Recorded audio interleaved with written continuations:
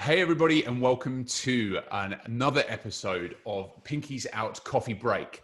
Now, the idea of this little it's almost like a webcast, vlog, podcast kind of thing is I get to interview someone awesome from the Vancouver coffee scene about something that they're doing in coffee. And today I've got someone who I'm really, really excited to share with all of you.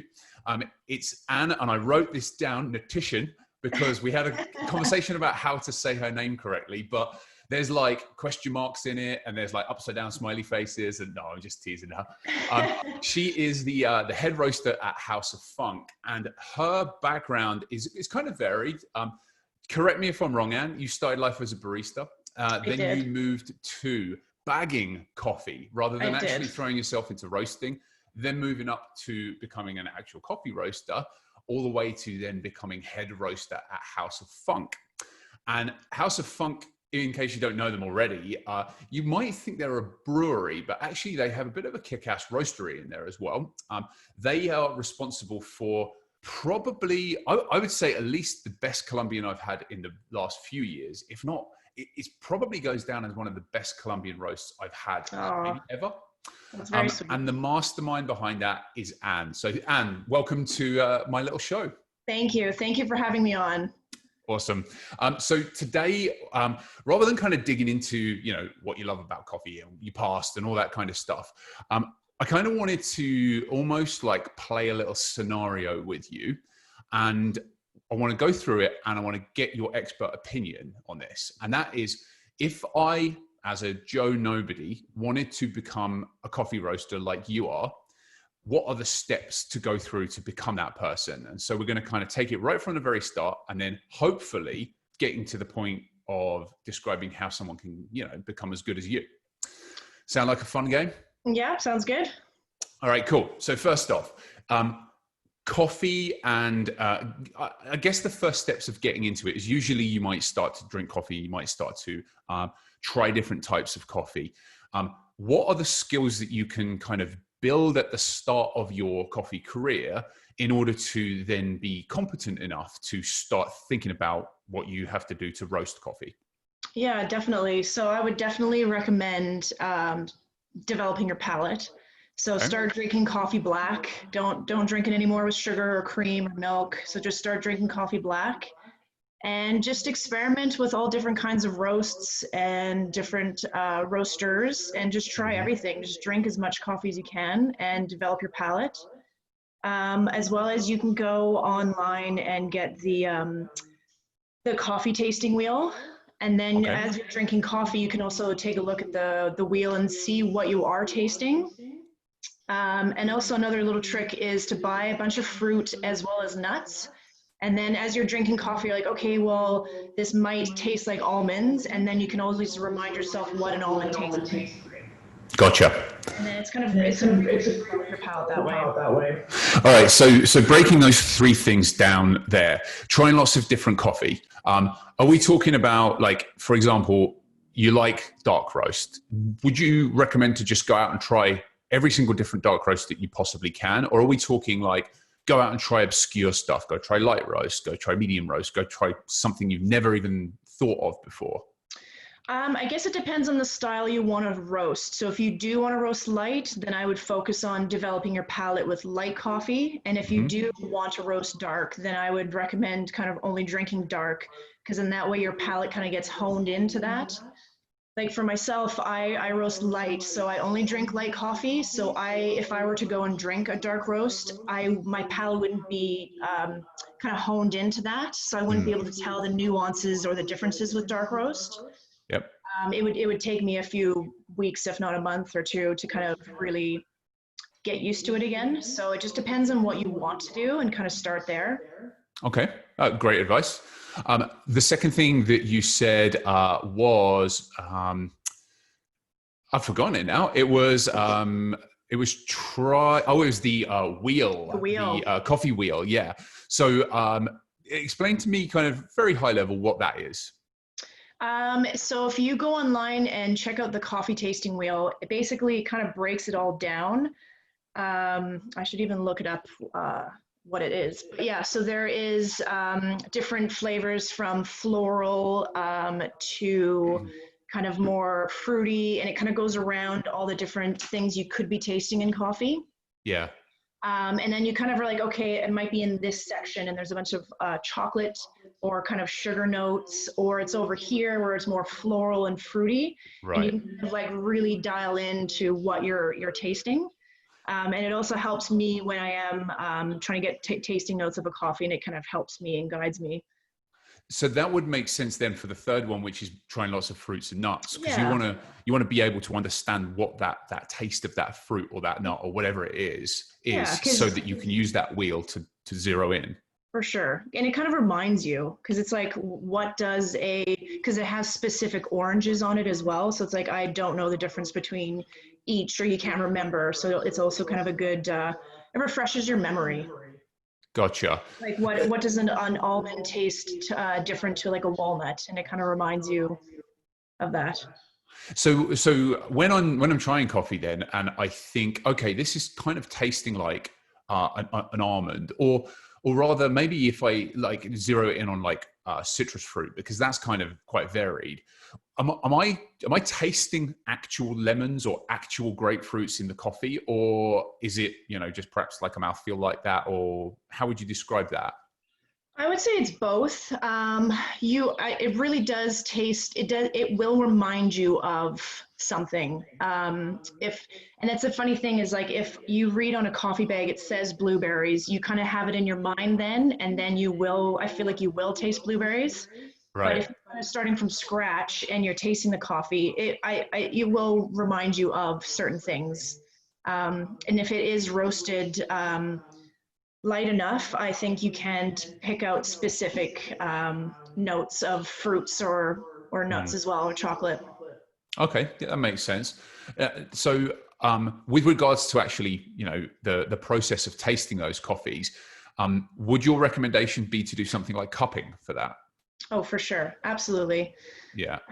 Yeah, cupping coffees is probably the most efficient and quickest way to try different coffees. If I'm sample roasting 10 different coffees, I'm not going to have time or to do 10 different pour overs. It's just the quickest, most efficient way to try a lot of coffees. Got it. Okay.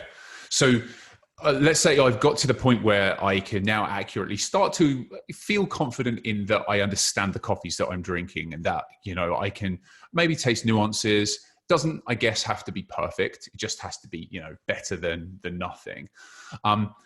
I've tried lots of different roasters. I kind of understand what I'm looking for. Perhaps I'm looking for a medium roast, or my personal preference would very likely be a light roast, but let's go somewhere in the middle or medium. And I've developed my palate there. I want to start roasting at home now, because I feel like I'm good enough for that. Would you recommend I just go out, drop 10 grand on a roaster or 15 grand on a roaster, and then be done with it and throw myself in that way? It depends on your space as well, because roasting there's a lot of smoke involved, especially if you don't have the proper venting. So you definitely have to be careful for that. But there is a lot of great home roasters that aren't that much money. There's a website called sweetmarias.com, and they have a lot of home roasting gear on it. I was personally never a home roaster. I kind of just jumped into the commercial side. But there's a lot of good little roasters you could use at home. And if you're using a small enough amount, let's say 100 grams at a time, it's not going to be that much smoke coming off if you're roasting a little bit light to medium. But you definitely have to make sure you have proper venting, because you'll set off the fire alarm. So on what you just said there, that 100 grams, not that much smoke will come off of it, I actually beg to differ on that one, because I have proven you wrong on more than one occasion, and we won't talk about that because that's an embarrassing part of my roasting career, of which lasted about 2 weeks. Just to kind of give you my take on that, I used a popcorn roaster. I used something called a whirly pop. And that, I actually bought it from Edmund over at Moving Coffee, because he had a spare one, and I think it was like 20 or 30 bucks.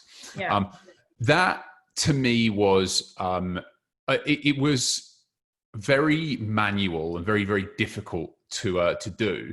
Okay. So from your experience, would you recommend, if you wanted to do it as cheap as possible, would you recommend starting on something as basic as that to understand it a bit more, the roasting process?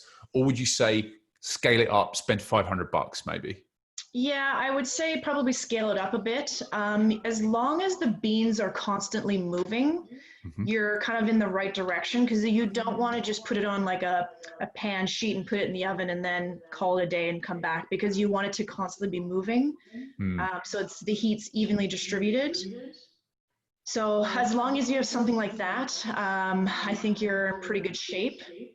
Okay. And then as long as you're able to control the heat as well, it would be a bonus if you can control the airflow. But yeah, it'd be good first to have the beans are always moving, and then you can control the temperature. So is that my deduction from that, controlling the heat, obviously that makes sense. Controlling the movement keeps the beans from sitting in one spot and getting too hot. But Yeah. the airflow is a unique one, because that in the whirly pop isn't really possible. It's a saucepan essentially with a little spinner in there.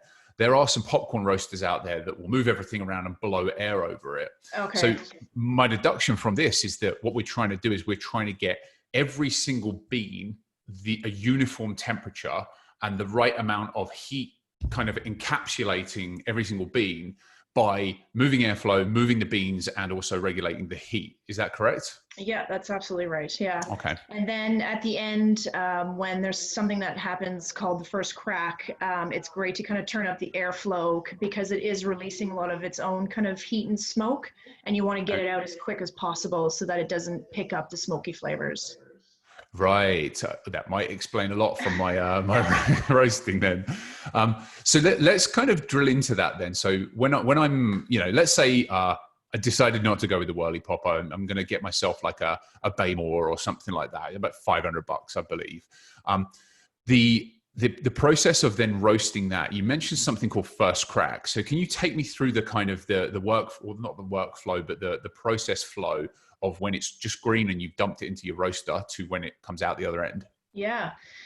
So obviously when you have green coffee, it's quite hard. So there's tons and tons of moisture trapped in there. So you always want to start your roast off at the highest heat at the beginning, because that's when the bean can take it. Okay. So you want to hit it with the high heat, and then as it's going through, it slowly turns yellow, and then from yellow, it's going through the Millard's reaction, and it's turning brown. So it's starting to caramelize, and you're slowly like backing the heat off, just slowly backing off. And then once first crack happens, basically the structure of the bean is too weak to hold any more of the moisture that's inside, so it literally kind of just pops. Okay. And it releases all the moisture that has been left in there. And it's actually now starting to generate its own heat. So you really have to kind of take the heat off to almost as low as possible when it's going through that. Right. Okay. And then the end result, how do you know you're up? Because obviously past first crack, you're now at a point where, all right, we're getting towards the end of this. Yeah. How do you know when it's done? So a good it's always different, but a good starting point is either a minute or a minute and a half after first crack. Mm-hmm. And for me, the way I was taught, you want to rely on your senses at this point, as well as you're watching the Cropster, which is the program you use as well. Okay. You're watching the temperature drop. But so when you're smelling first crack, it actually smells a lot like vinegar. Ah. So you're kind of letting it go after a minute, and when a minute hits, I'm really starting to smell. And there is this kind of sweet point where there's a moment where you smell what the coffees should taste like, and that's when I drop it out. Okay, interesting. Yeah, so you really kind of have to rely on your senses as well. So this isn't something that just can be, you can't just pour beans into the top of a machine and press a button and we're done these days. There's still a technical element to it. A human element to it. Yeah, for sure. Like there are a lot of roasters that do rely on numbers, and I'm sure it's all very good coffee, but the way I was taught, you also have to kind of rely on smelling the coffee as you're roasting too. And that, I guess, is where that little twirly thing comes out. What's that thing called? I think it's called the troll. a troll, as in Troll? I think so, something like that. nice. So at what point in your roasting career do you have to pose for that inevitable Instagram photo of you smelling the Oh beans from God, the yeah, side with the always. blurry background? Yeah, That's because got to it's be like fairly early on, because that you're not a roaster unless you have one of those yeah, on that's when you look cool, right? exactly. Yeah. Yeah. All right. So when you're confident that you've got to the stage that the beans are what you want out of them, they're going to taste good. So when you say you dump them out, you're talking about bringing them out of the roaster and Yeah. then putting them somewhere. Yeah, it goes into the cooling tray. So there's a fan at the bottom, and then it's kind of just cooling it down as quickly as possible. Okay. And that's for what reason? It's almost like if you're thinking about you're cooking pasta and then you're taking it out of the water and you're rinsing it under cool water because you don't want it to continuously cook, basically. Kind of Gotcha. Okay. the same idea is you want it to be cool as quick as possible because that's you took it out at the exact point you wanted. So if it's still hot, then it's going to go past that point.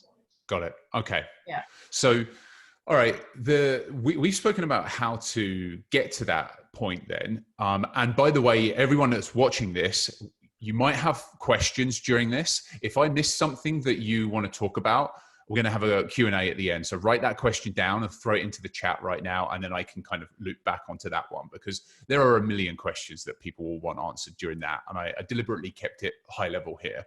All right. So the next question is, we've got to that stage that we are kind of comfortable that coffee is roasted correctly. But one step we missed is, where do we get that green coffee from? Because I don't see it on the shelves very often. I know, it's true. So there's obviously coffee importers, and there's a lot of them out there, that's for sure. There's a few in Vancouver and there's tons in the States and there's lots in each province. So for myself, you just kind of go on their website and you check what they have in their inventory. They give you the information of where they've gotten it, like what the farms are and what the cupping score was of it, when it was harvested, and with all the information that's on their website, you choose a few that you want to try, and then you email them and ask to send samples to you, and then from that I sample roast them. So they usually give you a couple 100 grams, sample roast them, and then if you're confident in what you chose, that's when you purchase the large 132-pound bag. Got it. Now, 132 pounds is pretty big for a home roaster. It's a lot. Is there this might not be a question that you feel comfortable answering, but is there any way of home roasters being able to get hold of that kind of green coffee? Yeah, we were talking about it the other day. Like, if anyone is interested in buying green from us, like I'm more than happy to sell it, because I know it is kind of a hard. Especially in Vancouver, I'm not sure if I've ever seen anyone selling green. Whenever if someone ever comes up, they're like, oh, I'm a home roaster, and it doesn't happen often. Someone will ask me once every couple months. I'm more than happy to go in the back and weigh out a couple 100 grams for them. That's totally fine. Amazing. Yeah, but because I feel like there's only a couple spots in the States, like Sweet Maria's sells green. It's definitely hard, I think, for home roasters. So the places I know, apart from you guys, which I actually didn't know you do that, so that's awesome. I believe Prototype now sells green coffee. That's awesome. And he has great coffee as well, which is an added bonus. There's also You Roast It, they're now Spent Grounds. They're a roastery down in Surrey. Okay. And I don't know if they sell it under You Roast It Coffee or Spent Grounds anymore, but she was selling green for ages as a kind of a Sweet Maria's alternative. There's a woman called Karen that owns it. Yeah. But yeah, that's great to know. So that kind of informs us where we can get this green coffee. Now you mentioned there were scores and there was samples. Now let's assume a home roaster can't really get samples. They're going to have to choose what they want to buy and roast that. I doubt it will be that cost prohibitive, but what are some things that people can do to kind of narrow out the crap stuff that's out there? How can they decide that's a coffee I want to buy, a green coffee? I would definitely stick to Arabica coffees. Mm-hmm. And as well as just think about what you want, like what do you want to be drinking? So in general, African coffees are usually quite fruity and floral and a little bit brighter. Or if you're wanting something like just a nice, really good cup of like coffee that tastes like chocolate, then you'll want to stick to some South American coffees. Okay. Yeah, it just depends on really what you want, as well as there's different processes. So a washed Guatemalan will be nice and chocolatey, and then you can get a natural Ethiopian, which will be, a lot really floral or fruity. So you just have to kind of start where what you'd like to have, basically. And so does that mean, like, I kind of associate floral and fruity with light roast and chocolatey and caramelly with kind of darker roast. Am I accurate there, or are we still able to light roast and get chocolate flavors out of beans? You can definitely still get chocolate out of light, for sure. The Brazil that we have, it's roasted light, and you still get really big fudgy notes from it. I really think the trick is to roast it so that it's really well balanced, like it's not too light. I think that's kind of the trick, because otherwise if you roast too light, it can get grassy and a little bit too sour. You kind of have to push it a little bit further for it to be kind of more well balanced and, well, I should say well developed. So there's a few, I won't name names, but there's a few roasters out there. And one specifically I can think of that is in Vancouver that, I mean, I love light roast. I like that kind of just on the edge light roast where it's almost a bit too light. But there are some that you can taste green coffee straight up. Like you say, grassy, it's just way too vegetal tasting. Yeah. And I just feel like a lot of people are chasing the dream of roasting light, and you are afraid to kind of take it a little bit further so that it is well developed. And I'm definitely guilty of that, because when the Colombian that you were talking about, the first time I roasted it, I knew it was a little too light because I could get a little bit of the grassiness. So I was like, okay, this is way too light. I need to, the next time I roast it, I'm going to push it a little bit further. And it just became so much more sweeter. So you really just have to kind of, I don't know, you kind of have to balance it that way. Just make sure you're developing it enough. So do you just taste your own coffees and that's it, and then you make a decision, or do you cup with other people and get as many people as possible to try it, or is it very solo effort for you? For myself, I have one or two other people I do cup with, but with my experience, I feel like now when I'm cupping my coffee, I'm just like, okay, like I kind of already know what I need to do. Yeah. Because I want my coffee to be really, really sweet. So if I'm cupping a coffee and it's not sweet, I'm like, oh, I need to let it caramelize in the roaster a little bit longer. So on that example, then, I think everybody likes a sweet coffee. That's one tasting note I've never heard people say they want less of. But let's say you've roasted and you've got a decent enough tasting coffee, but you want to draw more sweetness out of it. What do you do there? I mean, is there a path for every single different type of coffee, or is there one kind of method for someone to use here? Not really. I really wish it was an easy answer. You could start with perhaps that it just wasn't in the roaster long enough, so you could just push the time, or you can change it up completely and be like, okay, I dropped it at this temperature. I should probably drop it a little bit lower so that it can stay in the roaster a bit longer, but still take it out at the same temperature. So there's a lot of little kind of things you can change up, but there just really isn't an answer. Like there's not a straight answer. That's a shit. That's why it's so hard. Yeah. It keeps me up at night sometimes, but. Oh no. I mean, I guess it probably comes with experience, right? Almost like you have a feel for what the coffee does during the process, and you go, instinctively, this is what I should do to fix it. And that comes with like just time and experience, because I feel like now that's starting to come to me. Now I'm just like, okay, this is what I need to do, and it's taken me a long time to get here. That's for sure. Yeah. Okay. So we're now at a stage where we're a competent home roaster. We have got maybe sort of down the road of where you are, where you can start to kind of instinctively feel differences in coffees and what you should do to get different tastes out of them and so on, or what you want out of them anyway.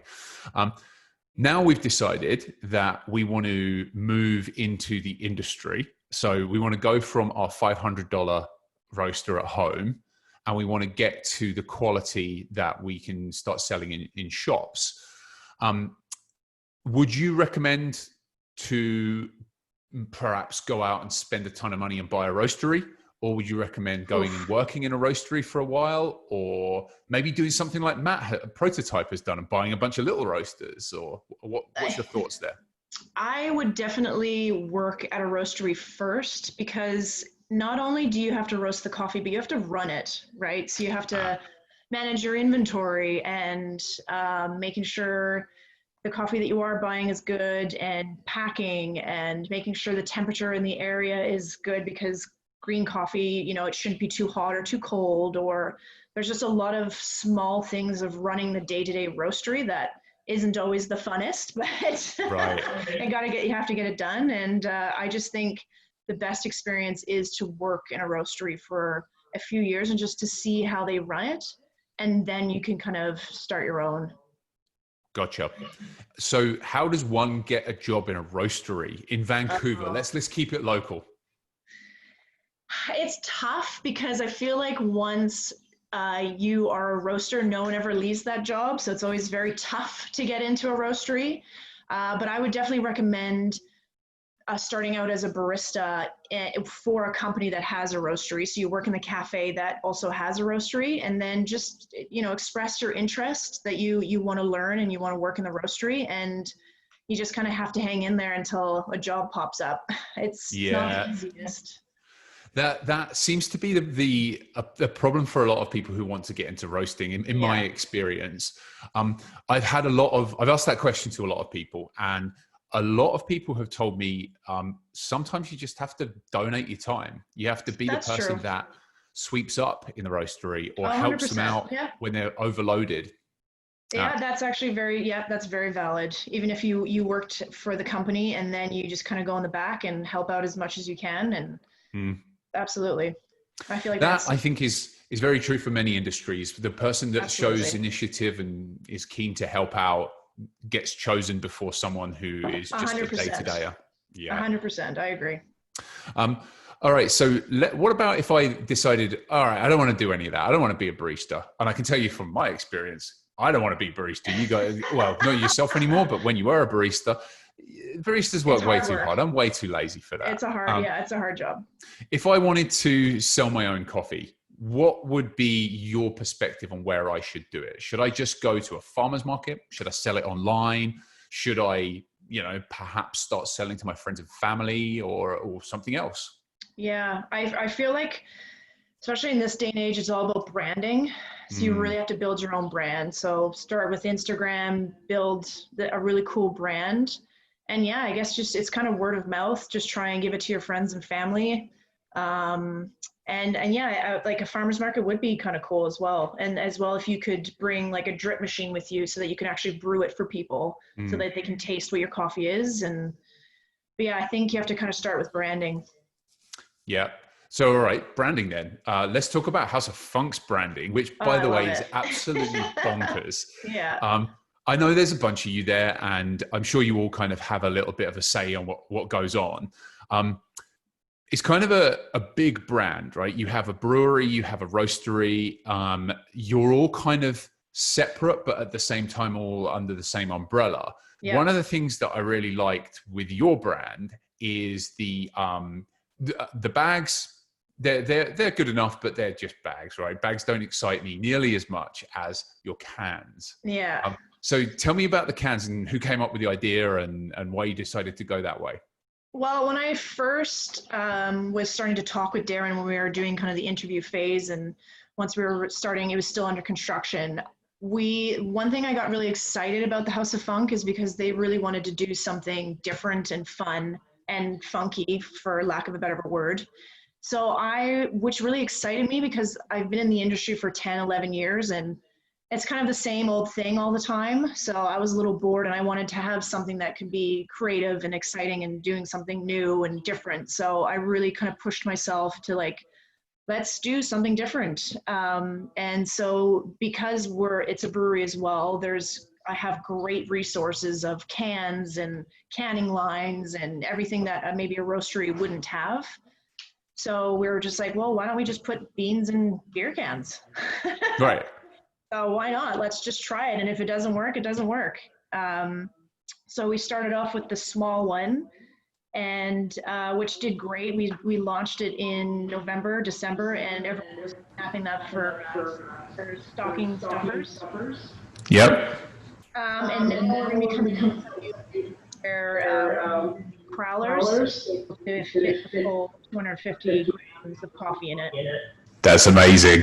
And they're going to be just a kind of, that will be your new bag, will it? You won't sell bags anymore? No, we won't be doing bags. We'll be all the coffees will be in cans. And fully recyclable, obviously. Which is, that's kind of where we wanted to lean into. I like that, because one of the annoying things about bags for me is that, I try and be as environmentally conscious as possible, but even the compostable bags seem to have something with them. Maybe that the valve or something that doesn't quite recycle. Out. Yeah. It's hard. And especially when you're selling coffee to wholesale clients, the amount of 5-pound bags that you go through as well, it's tough. And it was kind of nice pre-COVID. There was a few of the local cafes we were supplying that we were starting to give them into bins, and we kind of swapped back and forth, which was nice.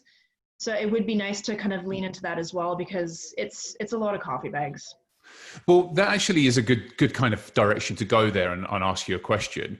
Because you've got wholesale accounts, and it's worth considering if you are going to be a roaster. Where is your aim going to be? Are you going to go for business to business, or are you going to go to business to consumer? What would be your? Where? Maybe I can ask an easy question here. Where's the money? Where do you make the most money? I guess it's where the volume is. So if you do get a busy brunch place that's going through 100 pounds a week, that's pretty awesome. It's a great account to have. And then you kind of ask yourself the question, what brands do you want to align with? So I can roast my coffee as best I can, but then give it to another cafe, and then they're pulling shots that aren't, the way I want the coffee to taste. Yeah. So as much as you want to push your product as much as you can, you also have to be okay, we have to make sure that they're trained, and we have the staff to train them. And so you kind of have to do brand alignment as well. Whereas I suppose if you're going direct to customer, really you can't train every single customer, because there could be thousands of them. So it then becomes, well, we can do some Instagram videos or YouTube videos or something like that. Yeah. Yeah.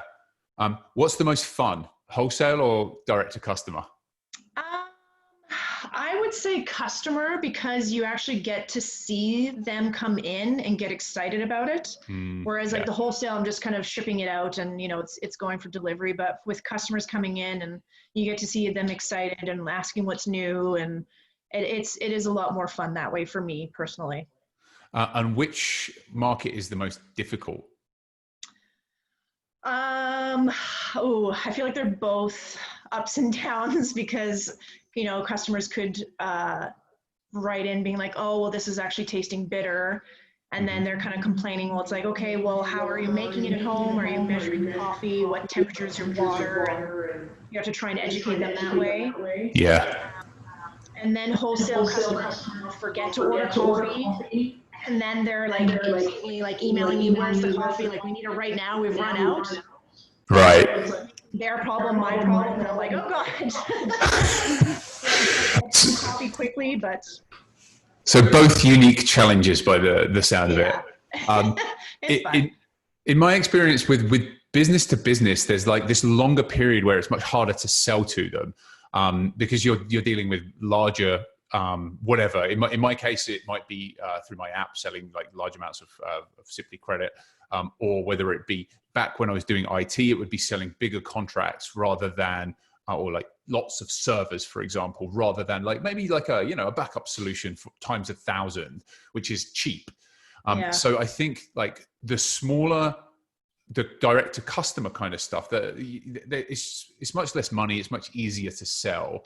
But you're dealing with 1,000 people, and then a business, it takes a hell of a lot longer. But once you're in, That's where the real Yeah. gravy is there, in my experience. Yeah, for sure. And it is exciting because if you do get into like a large company or like a large restaurant and they're used to darker roasted coffee, and then I come in and like kind of change it up, and then the first time they take a sip, they're like, oh, and they get like really excited, like, oh, this is actually really good. And then you kind of change people's perspective on coffee as well, which is Yeah. kind of fun and exciting. So yeah. So how do you get to that point then? Because there's got to be some sort of maybe a sales process or whatever it is to reach out to these places and say, I want to come and make coffee for you. And then you got to get past all the gatekeepers. Yeah. Well, that's why I have Kurt. And he is quite the charismatic chap. I can see him talking his way into any 100%. building he wants to, or even just letting himself in the back door without being asked. Everything works for Kurt. Yeah, I think you kind of have to hit the pavement a bit and knock on some doors to try and like make people aware of who you are. And then hopefully, like, because we're now a year into House of Funk, like now we're just slowly having people come to us. But it took like a full year of us hitting the pavement and really trying to get our brand out there and making people aware that we're roasting coffee as well. And do you think that that's because your brand has gotten stronger over the last year? It becomes easier to do that? I think so. I think the first struggle for us was everyone just assumed we were just a brewery. Yeah. So we made sure that we went to the coffee festivals and we're really pushing like, okay, we are a roastery as well. And so I think we have become successful with that. And yeah, when I was at Hopwired last, I think I got there a little bit late, and I think within the first 50 meters of walking in there, I had 3 people like, dude, you've got to try the House of Funk Colombian. Like, just people stopping me and like redirecting me to you.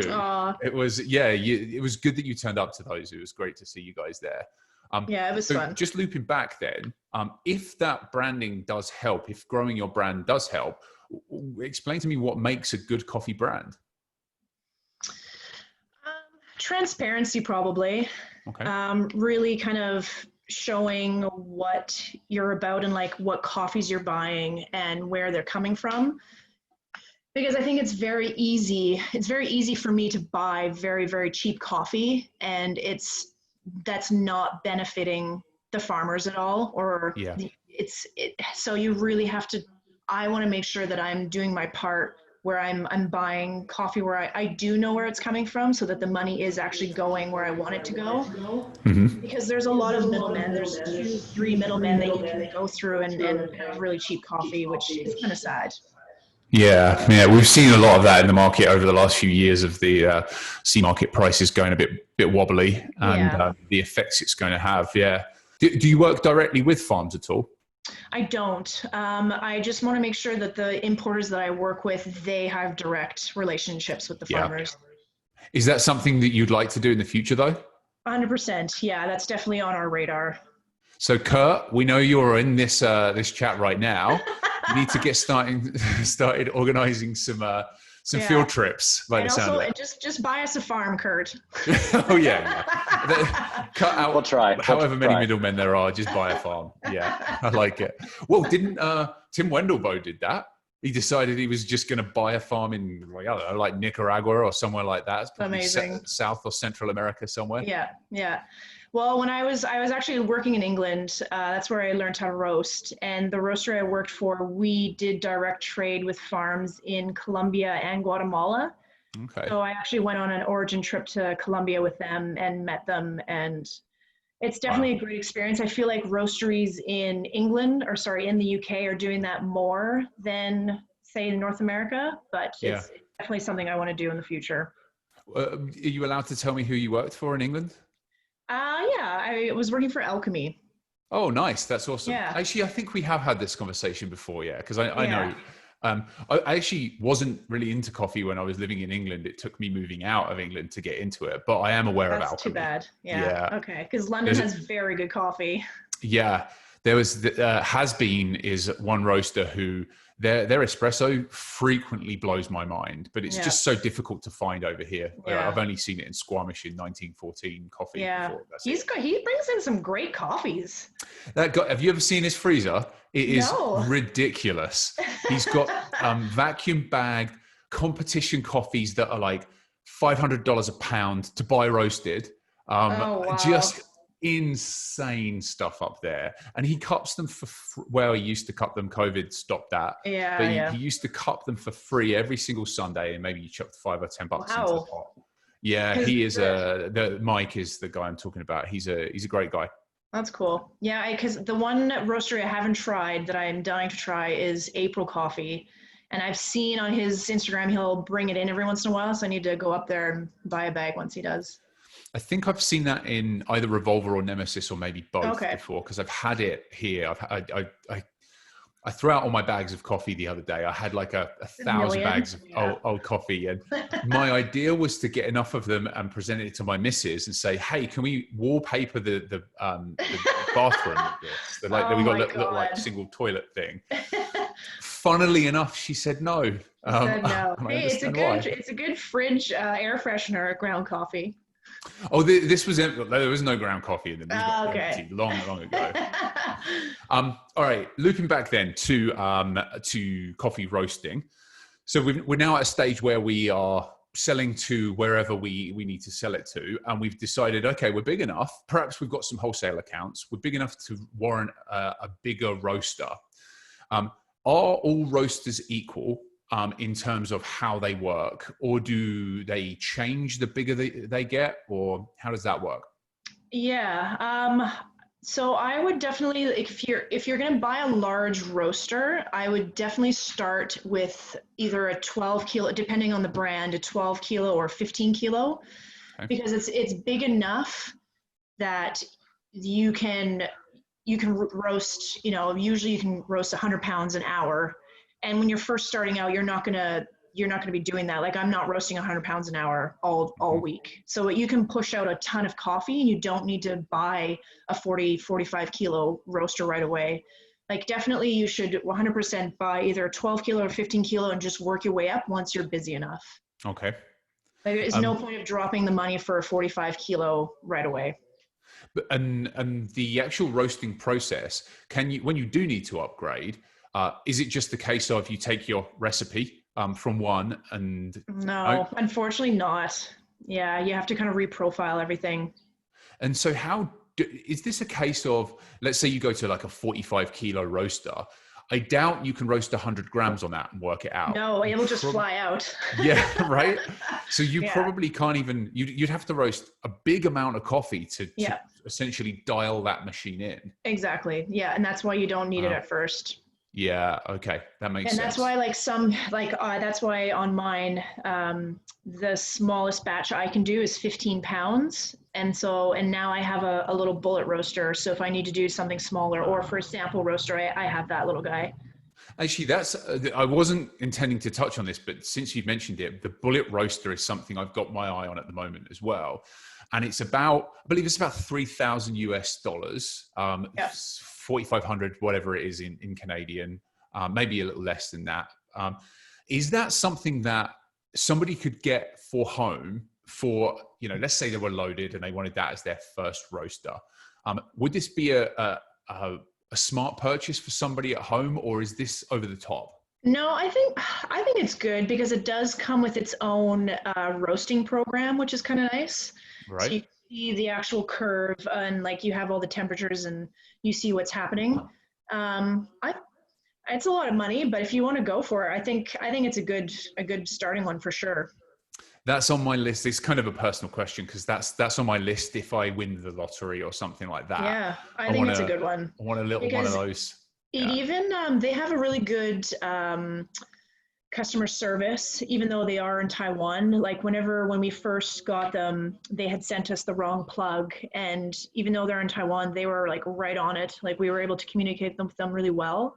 Excellent. And even in their manual, they actually recommend different temperatures and different profiles for how you want to roast, which is kind of rare, I think.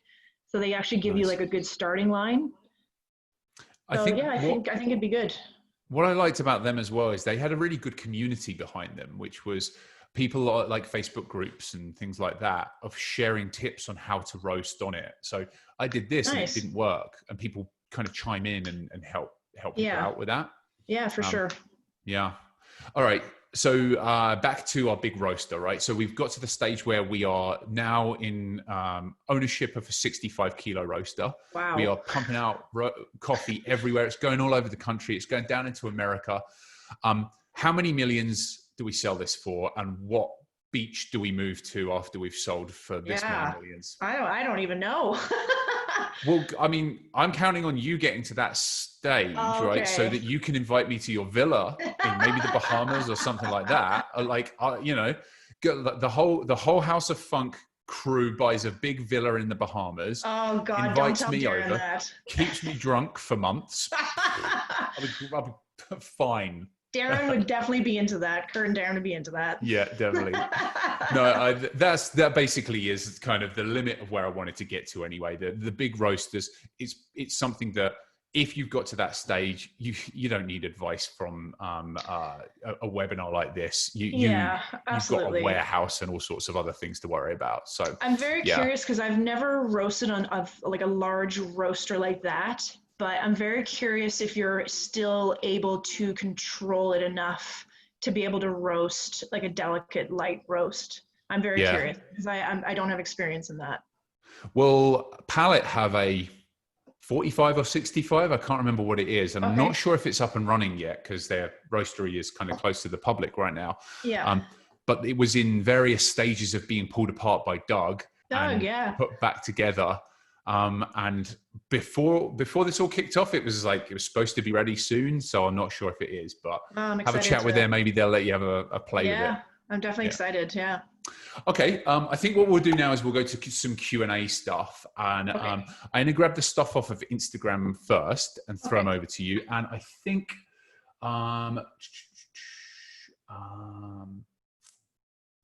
there are some questions in the group chat there.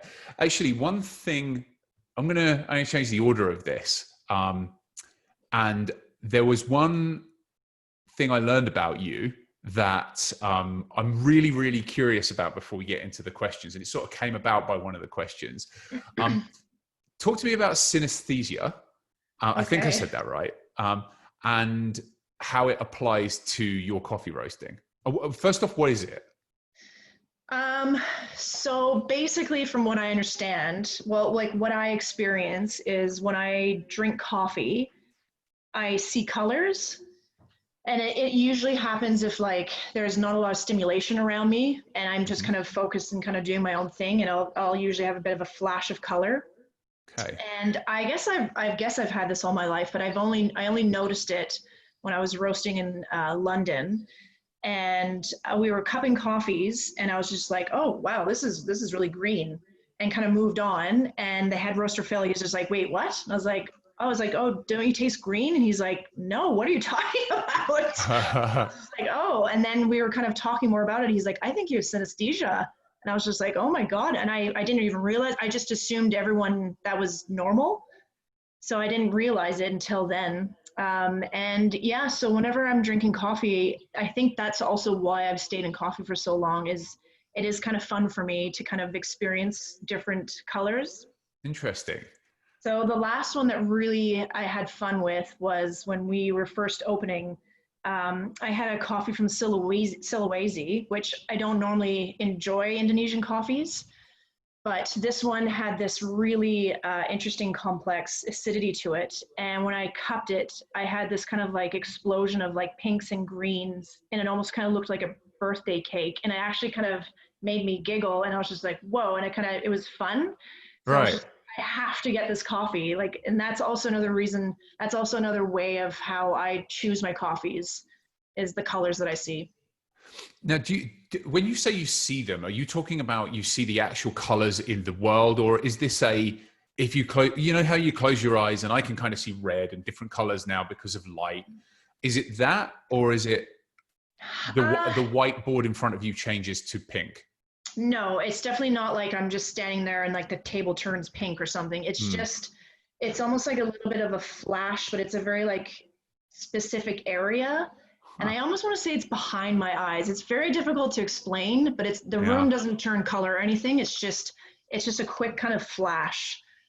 Incredible. It's hard to explain, but I've heard this with music before. I've heard that creativity kind of stuff triggers this.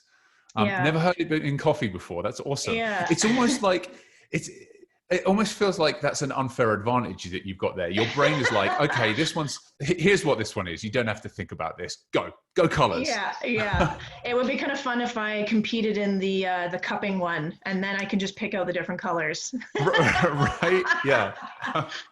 That's awesome. Well, that's super interesting. Thanks for sharing that. That's the first time I've ever heard that in coffee. All right, questions. Some of them are like kind of basic. But I'm going to people put them out there, so I'm going to answer them. So first off, how are you approaching new coffees? I don't really understand what this means. So maybe we can kind of interpret this as how do you maybe decide on what new coffees go into your lineup? Yeah, fair. So with House of Funk's coffee program, we've created 3 different series. So there's a timeless, a funky, and a psychedelic. Okay. So timeless, I'm kind of making it so the coffees have a little bit softer acidity and more chocolate. Mm-hmm. And the psychedelic is on the opposite end. It's anything goes. We want to get like geishas and anything crazy. And then the funky is kind of somewhere in between, where it's more acidity and kind of more funky flavors. And with that, I'm going to have 1 espresso in every category, and then 2 filters in every category. Okay. And then that's kind of where I'm starting now. And so that's kind of what I keep in mind when I'm wanting to purchase coffees, I guess. You mentioned geisha. When are we going to see some geisha? I'm very excited to get a geisha. I'm waiting for our cans to come out. And then once the packaging is in, I'm like, Kurt, we're buying a geisha. Nice. Okay. And I will not miss that one. Like I missed out on the cold brew. Okay, awesome. Second question. What equipment did you get started on? The roastery in London, we had all Probats. So they had a single barrel Probat sample roaster. We also had a 12 kilo Probat and then a 5 kilo. And they were on all propane tanks, which was interesting. So you could probably move them around anywhere you wanted and... You couldn't move the roaster, but instead of it being installed with like the natural gas, it was propane tanks, and I actually think it does make a difference in taste. I think it is different. Okay, so would that be a recommendation for someone opening a roastery here? Is consider propane tanks over LPG? Yeah, I would consider it. It's definitely. It's more maintenance, whereas you always have to make sure that the tanks are full, and if they're not, you have to bring them to the gas station and fill them. And so there's more maintenance to it, but I do feel like it might have given us a bit of an advantage in that roastery. I don't know if this is going to be a relevant tip right now, but if anybody does do this, the cheapest place I found for filling up your barbecue tank is Superstore on Grandview Highway. And it's like 15 or 16 bucks to fill up a tank. I challenge you to find a cheaper one than that. Anyway, I'm a barbecuer. That's all I know. All right. Number 3, what can you use to teach yourself? I mean, we kind of went over this in a big way. Maybe, do you know, I suppose you didn't really get involved in the kind of prosumer stuff, but other than the bullet, do you know of anything kind of around that range? Well, also, I wanted to add that Scott Rao has a good book on the Roaster's Companion. You could start by reading that. And also, there's a really good blog I used to read a lot, theperfectdailygrind.com. Oh, yeah. I feel like they post quite a good like blogs about roasting. I feel like reading those would be a good spot, as well as the sweetmarias.com. I think once you kind of read more about it and then you have a little home roaster, you can always get to it, or just kind of pick people's brains when you're, meeting new people when they're roasting in the community. And one of the things that I spoke to Stacey on one of these sessions the other day, and she recommended that something I've looked into, which is called the Quest roaster. And it's like, looks very similar to a a 1/14th model version of an actual roaster, and it has the troll and all that kind of stuff in it. Yeah. And it's about $1,000. Yeah, that's a good one. I have roasted on one of those. It's a good little starter for sure. What are you roasting on at House of Funk? We have a Loring, a 15-kilo Loring. And that's electric? Yeah, and so it's an American brand. Yeah. And it's good because it has a built-in afterburner, so it's more environmentally friendly. Nice. Okay. Yeah. All right. Number 4. How are you doing, Anne? Great. All right. And I believe that person, excuse me, I believe that person also said something like, I hope you have a nice day as the following that's very question. sweet. It wasn't really a question, so I left it out. That's very sweet. Excuse me. All right. Let's look in. Actually, I'm going to look on my phone now because I put this question out today as well. And we'll see if anyone has answered this. Let's have a quick peek here. With so many roasters in the market, what makes House of Funk stand out? I think mostly that we're trying to push the boundaries. So for us, we're aging a lot of coffees in barrels, for that being different. Just trying to get as funky coffees as possible. And yeah, we're trying to do like more nitro cold brews and just anything that's different and fun is what I want to do basically. And nice. It's great that there's a lot of creative freedom in House of Funk, which has been great. I have an answer to that as well, and I would say that one thing that I really like is your consistency. I've sent loads of people over your way, especially if they live in North Vancouver, and every single person has come back and said something in various levels of good about your coffee. So thank you. I went through the bag really, really quickly, and every single cup was great, for example. That's nice to hear. I've screwed up a few of the brews with your beans as well. And I look at my timer and I'm like, ooh, that V60's taking about 5.5 minutes. That's not right. Yeah. And tasted it, and I've been like, this is actually pretty good. Like, this is really possible, even though I fucked it up. That's good. So yeah, I'm impressed by that. All right, into the chat window. What do we got? You are here, so cute. Salmon or Saman. I'm assuming that that's me. I am pretty cute. Pretty cute. Is there an ideal time between a farmer finishing their process and a roaster beginning a roast? Great question. Oh, wow. I don't even know if I know the answer to that. I mean, it depends on the process as well, because it takes even from 48 hours to a couple weeks for them to process the coffee, if it's going to be a natural or a washed. Usually I feel like it lands in Canada either a month or two after that's done processed. Okay. So is there a limit to the amount of time that you can keep green coffee to roast it? I have been taught that it's a year, but sometimes you can even taste it before that. And it just kind of starts tasting like cardboard, like it's kind of been oxidized and it's kind of like straw. And it's just, it's starting to taste old. I mean, that makes sense. It's a plant, right? So it's just like grains, or it's like bean. Well, yeah, they are beans, but like, kind of legumes, so to speak. Yeah. Okay. Next one is everyone's a little bit synesthetic. I think I said that right. We're on a scale. It's amazing that Anne had developed synesthesia as a roaster. Makes me want to try her roast that much more. Neurons can be repurposed. Neurons for sight can be repurposed for smell. The older idea of strict brain regions is not quite as relevant a concept anymore. That's really cool. That was from Alex in the chat. Just nice. Clearly knows more about this than I do. And myself, yes. Yeah. And thank you so much. That was a hell of a lot of fun chatting to you about that. Before we go, is there any way that people can reach out to you direct or via Instagram House of Funk to either buy your coffee or to maybe grab some green coffee? Yeah, absolutely. So you can either find me on Instagram or even the House of Funk Instagram, and they'll pass it along to me also. And you can chat, even ask me questions, or we also have an online shop, and just check us out. That's awesome. Thank you so much for joining me today. I will get this up online for everybody to see, but thank you everybody else who has joined us today. It's been awesome having you guys watching this. And in 2 weeks' time, we will have another person for you. All right. Thanks, Ann. Thank you, Tom. Cheers. Okay, let's